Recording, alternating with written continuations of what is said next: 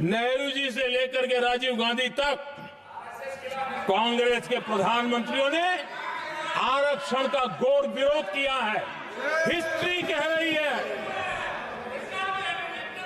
आरक्षण के विरोध में लंबी लंबी चिट्ठियां स्वयं नेहरू जी ने लिखी है, मुख्यमंत्रियों को लिखी है। इतना ही नहीं, सदन में आरक्षण के खिलाफ लंबे लंबे भाषण इन लोगों ने किए हैं। बाबा साहब आंबेडकर समता के लिए और भारत में संतुलित विकास के लिए आरक्षण के लेकर के आए, उन्होंने उसके खिलाफ भी झंडा ऊंचा किया हुआ था। दशकों तक मंडल कमीशन के रिपोर्ट को डिब्बे में डाल दिया था।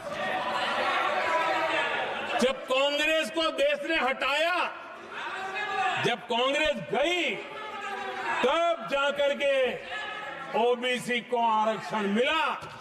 तब तक ओबीसी को आरक्षण नहीं मिला। ये कांग्रेस का पाप है। अगर उस समय मिला होता तो आज देश के अनेक पदों पर ओबीसी समाज के लोग भी देश की सेवा करते, लेकिन नहीं करने दिया, नहीं होने दिया। ये पाप इन्होंने किया था। के बाद आम चुनाव में जाने तक का भी धैर्य कांग्रेस पार्टी में नहीं था। अभी लोकसभा नहीं बनी थी, अभी राज्यसभा नहीं बनी थी और संशोधन लेकर आए। अब उसका उद्देश्य क्या था?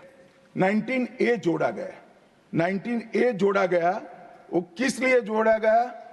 अभिव्यक्ति की आजादी पर स्वतंत्रता को, अभिव्यक्ति की आजादी, अभिव्यक्ति की स्वतंत्रता को कर्टेल करने के लिए पहला सुधार आया। और किसने किया मान्यवर? उस वक्त प्रधानमंत्री कौन था? श्रीमान जवाहरलाल नेहरू उस वक्त प्रधान।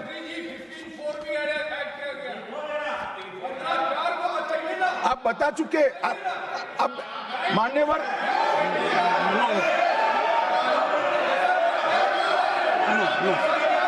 No sit down.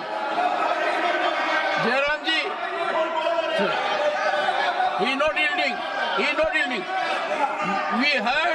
We heard leader of the opposition. मान्यवर, Unless there is yielding, let us hear.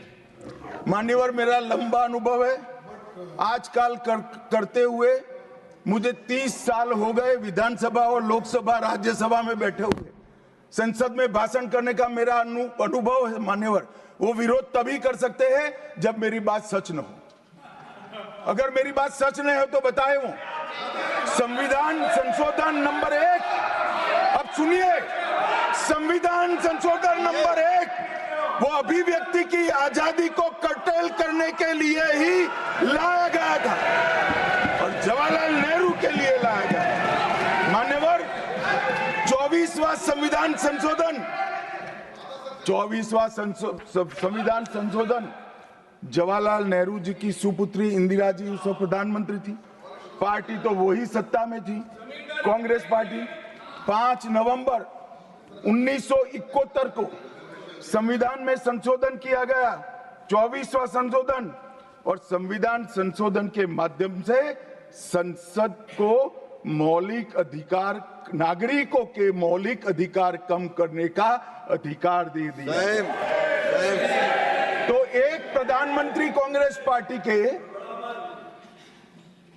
अभिव्यक्ति की स्वतंत्रता का टेल करते हैं, दूसरे प्रधानमंत्री उसी परिवार से आते हैं, वो नागरिकों के मौलिक अधिकार को कर्टेल करने का अधिकार लेते हैं। और 39वां संविधान संशोधन अब तो इंतहाई कर दी मान्यवर, सब सीमाओं को पार कर दिया। मान्यवर, आप तो अधिवक्ता रहे हैं। 10 अगस्त 1975 का वो दिन हमारे संविधान के इतिहास में बहुत, जब भी जिक्र होगा काले अक्षरों से ही इसका जिक्र करना पड़ेगा।